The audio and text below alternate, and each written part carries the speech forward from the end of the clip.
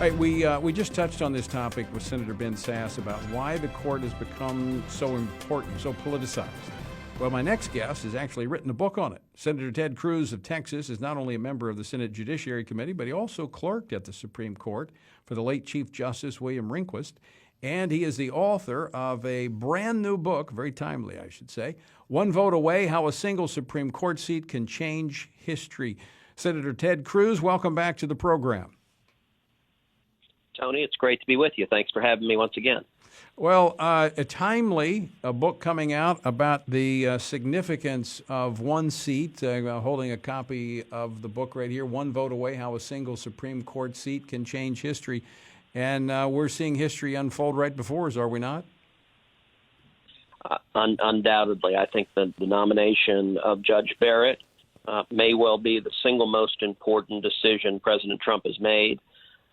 This book I wrote this spring and summer, and when I was home on COVID lockdown and was sitting on my living room, grabbed the laptop and wrote the book. And obviously I didn't know we would have a Supreme Court vacancy in October, but I knew we'd have a presidential election in December. And I think judicial nominations and the Supreme Court in particular is the single most important issue in this election. And so the book was designed to really delve into that and explain why. And the book it's not an academic book. It's not an abstract book.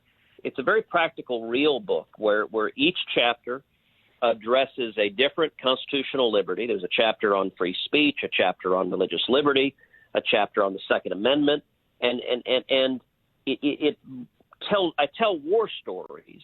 As you know, before I was in the Senate, I was a Supreme Court litigator. What I did for a living was argue cases in front of the Supreme Court. And so I take readers inside the court, behind the curtain, to really understand what's going on, who the justices are, and how these fundamental liberties that they impact your life so much.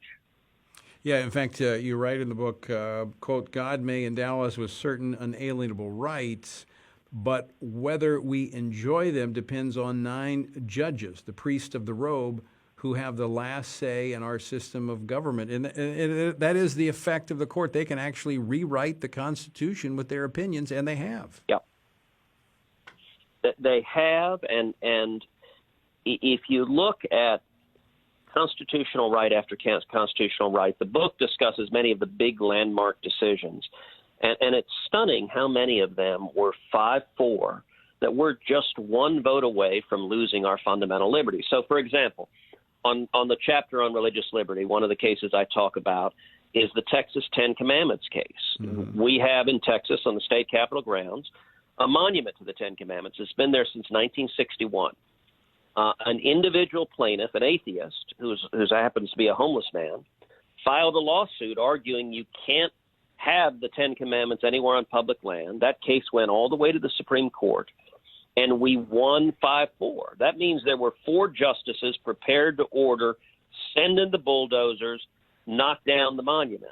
Likewise, another case was defending the Mojave Desert Veterans Memorial, a lone white Latin cross erected over 70 years ago to honor the men and women who gave their lives in World War I. The ACLU sued, saying you can't have the image of a cross on public land. They won in the district court. They won in the Ninth Circuit Court of Appeals. We went to the Supreme Court. I've represented over 3 million veterans pro bono for free, defending that Veterans Memorial, and we won 5-4. But there were 4 justices ready to order that Veterans Memorial torn down, and they were not far from sending out the chisels to remove the crosses and stars of David from the tombstones at Arlington Cemetery. This is how fragile our fundamental rights are, and we're one vote away from losing them. So, Senator, how can folks get a copy of your book, One Vote Away, How a Single Supreme Court Seat Can Change History? So you can get it on Amazon, you can get it on Barnes & Noble, you can get it anywhere you get books. And I got to say, Tony, it's been incredible. The book came out last week, and it rose to become the #1 bestseller in the country on Amazon. And so it's I think for a lot of folks, they know the Supreme Court's important. They know the issues there are important, but it's confusing. It's hard to understand what's really going on. And this book is designed to be understandable, to make sense. By the way, this book I think is very good also for students, for high school students, even for precocious junior high kids. They could get a lot out of it. But for any person, you don't have to be a lawyer to enjoy this book. If you want to know more about what's going on at the Supreme Court, if you care about our Bill of Rights, if you want to know more about this election, what the stakes are, if God forbid Joe Biden and Chuck Schumer and Nancy Pelosi win, what the stakes are for the country, this book is designed to really give you the information as you're talking to your friends and family and neighbors. And the confirmation battle for Judge Barrett, if you want to understand really what the stakes are, this book is designed to help you in that. All right, Senator, we're almost out of time, but speaking of Judge Barrett, what can we anticipate next week when she's in the committee that you're a part of?